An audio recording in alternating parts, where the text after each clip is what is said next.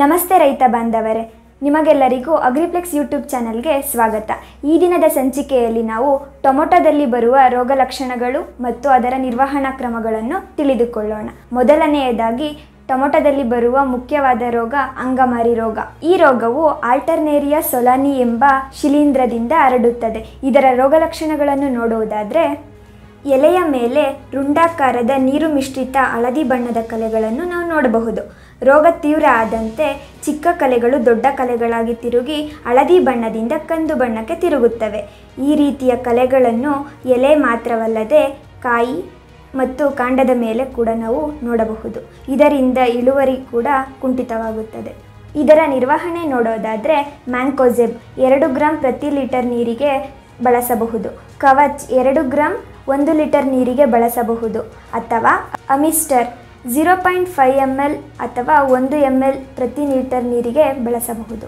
ಎರಡನೆಯ ರೋಗ ನೋಡೋದಾದರೆ ಎಲೆ ಸುರುಳಿ ರೋಗ. ಈ ರೋಗವು ಬಿಳಿ ನೊಣಗಳಿಂದ ಹರಡುತ್ತದೆ. ರೋಗ ಲಕ್ಷಣಗಳನ್ನು ನೋಡೋದಾದರೆ, ಎಲೆಗಳು ಚಿಕ್ಕದಾಗುತ್ತಾ ಹೋಗುತ್ತವೆ, ಹಳದಿ ಬಣ್ಣಕ್ಕೆ ತಿರುಗುತ್ತವೆ, ಅದರಲ್ಲಿರುವ ವೇನ್ಗಳು ಮಾತ್ರ ಹಸಿರಾಗಿರುತ್ತವೆ, ಎಲೆಯ ಮೇಲ್ಭಾಗವು ಸುರುಳಿ ಆಕಾರಕ್ಕೆ ತಿರುಗುತ್ತದೆ. ಈ ರೋಗದಿಂದ ಗಿಡವು ಬುಷಿ ಆಕಾರದಲ್ಲಿ ಕಂಡುಬರುತ್ತದೆ. ಇಂತಹ ಗಿಡಗಳಲ್ಲಿ ಹೂಗಳ ಸಂಖ್ಯೆ ಕಡಿಮೆಯಾಗುತ್ತದೆ. ಇದರಿಂದ ನಾವು ಕಡಿಮೆ ಇಳುವರಿಯನ್ನು ಪಡೆಯುತ್ತೇವೆ.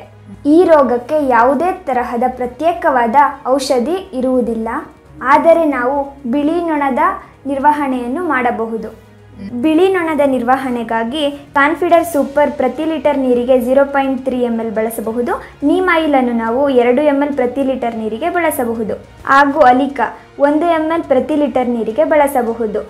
ಇದಲ್ಲದೆ ಟಾಟಾ ಮನಿಕಾ 0.5 ಗ್ರಾಂ ಪ್ರತಿ ಲೀಟರ್ ನೀರಿಗೆ ಬೆರೆಸಿ ಸಿಂಪಡಣೆ ಮಾಡಬಹುದು. ಈ ವಿಡಿಯೋದಲ್ಲಿ ಬಳಸಿರುವಂಥ ಎಲ್ಲ ಪ್ರಾಡಕ್ಟು ನಮ್ಮ ಅಗ್ರಿಪ್ಲೆಕ್ಸ್ ವೆಬ್ಸೈಟಲ್ಲಿ ದೊರೆಯುತ್ತವೆ. ಈ ಕೂಡಲೇ ಸಂಪರ್ಕಿಸಿ.